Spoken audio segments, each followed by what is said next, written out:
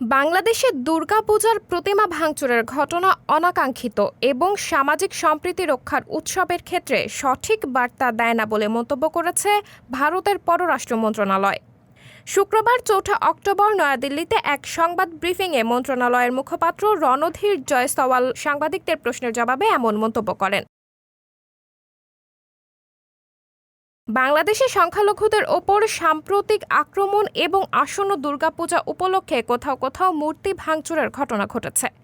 এ বিষয়ে প্রশ্ন করা হলে এই মুখপাত্র বলেন, মূর্তি ভাঙার মতো ঘটনা মোটেই অভিপ্রেত নয়। এই উৎসব সামাজিক সম্প্রীতি রক্ষার কথাই বলে। এই ধরনের ঘটনা একেবারেই সঠিক বার্তাবহ নয়।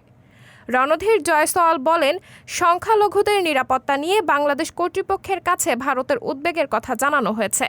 আশা করি সেই সুরক্ষা সংখ্যালঘুদের দেওয়া হবে।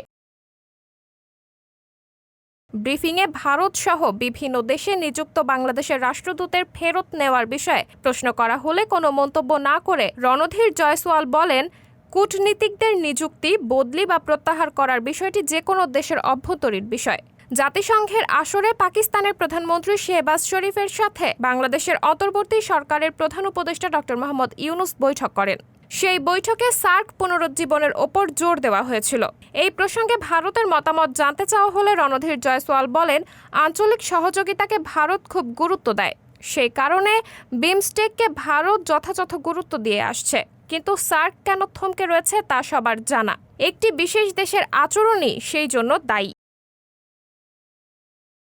সার্কের অপ্রাসঙ্গিক হওয়ার জন্য নাম উল্লেখ না করে পাকিস্তানকে দায়ী করলেও 15 ও 16 অক্টোবর সেই দেশে অনুষ্ঠিত সাংহাই কো-অপারেশন অর্গানাইজেশনের শীর্ষ সম্মেলনে যোগ দিতে যাচ্ছেন ভারতের পররাষ্ট্রমন্ত্রী এস জয়শঙ্কর।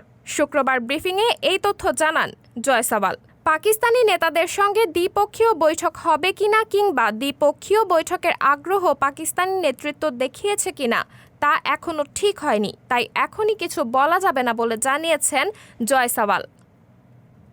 সাবরিনা জলিল, সবার কথা।